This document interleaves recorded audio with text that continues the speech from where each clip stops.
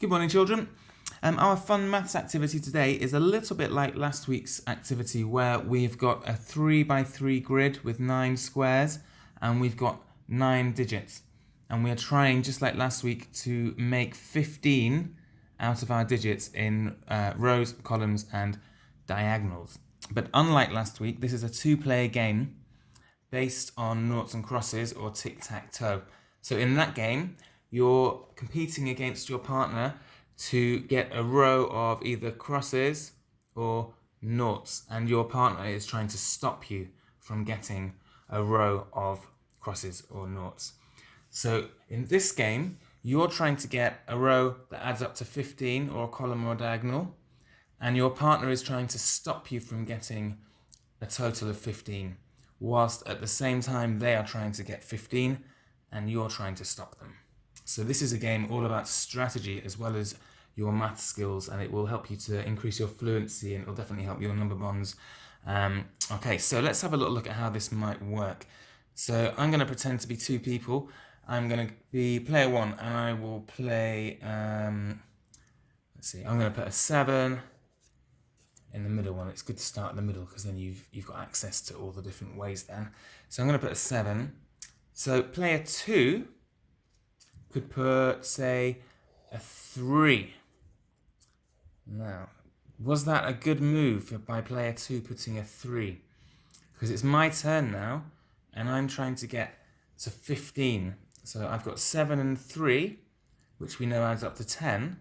So for my second go, I'm going to put my 5 here, and immediately I've won that game in just 2 moves. So I don't think player 2 played that very well at all. They weren't thinking strategically. So I'm going to put that back, and I'm going to give player 2 another chance now, just to redeem themselves. So let's say I've played my 7. A more strategic play by player 2 maybe would be to play something high in this square. I wonder why that would be. Maybe you can guess. Let's have a look. If I play something high, let's say I play an 8 in here and player 2, it's player 1's go again now.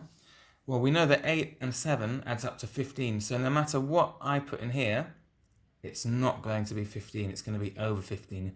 So player 2 has blocked my attempt to get 15 here by putting a higher number there.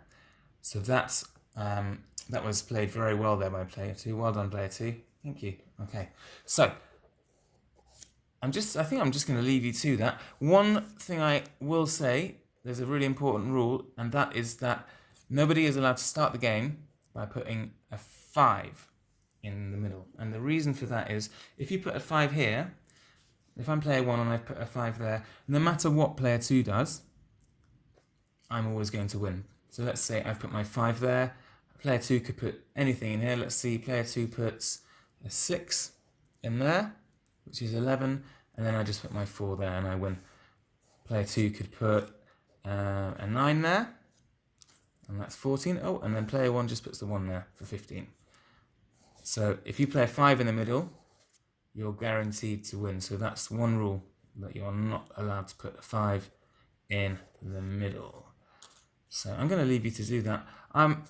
I have, as you can see, cut out these bits of paper because I think it's just easier to play more than one game if you've got the tiles, but you don't have to do that. You can just draw the grid and then put the numbers in, and then when you want to play another one, you can just draw another grid. And you don't need to use a maths book, you can just use any bit of paper that you found.